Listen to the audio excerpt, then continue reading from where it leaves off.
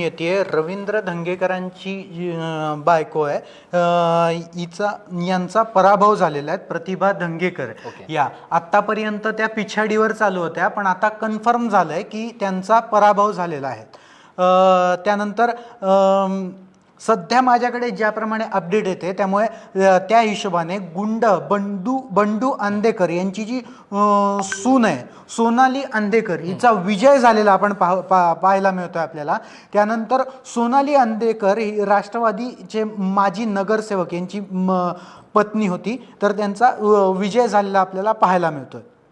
सोलापुरातनं एक आगळी वेगळी बातमी समोर येते। एक भाजप उमेदवार त्या ठिकाणी जिंकलेला आहे आणि त्या भाजप उमेदवाराने जिंकल्यावरती असं स्टेटमेंट केलंय की मी शिकलेला नाहीये, मी तिसरी पास आहे, पण मी एका सभागृह नेत्याला पाडलं, असं वक्तव्य त्या उमेदवाराने केलं होतं। सोलापूर महानगरपालिकेत एकूण 102 महापालिकांसाठी मतदान होत होतं, त्यापैकी जवळपास 60 ते 70 नगरसेवक हे भाजपचे त्या ठिकाणी निवडून आलेले आहेत। प्रभाग क्रमांक 19च्या भाजपच्या पॅनलमधले जे उमेदवार होते व्यंकटेश कोंडी नावाचे, तर यांनी भाजप नगरसेवक हे झालेले आहेत आता, तर यांनी प्रतिक्रिया देताना मात्र मी तिसरी शिकलो पण मी एका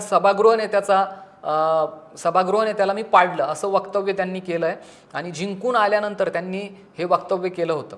काय सांगशील नयन? पुन्हा एकदा आपण धुळे महानगरपालिकेचं अपडेट घेऊयात। सध्या आत्तापर्यंत हातात आलेल्या निकालानुसार भाजप ही 50 जागांवर तिकडे आघाडीवर दिसते, शिवसेना ही 5 जागांवर आघाडीवर आहे, राष्ट्रवादी ही सुद्धा 8 जागांवर तिकडे आघाडीवर दिसते आणि MIMने याआधी MIMने आत्तापर्यंत बाकीचे जरी कल हालत असले तरीही MIM अजून 10 जागांवर तिथेच थांबलेली आहे, वाढलीही नाही आहे पण कमीही झालेली नाही आहे।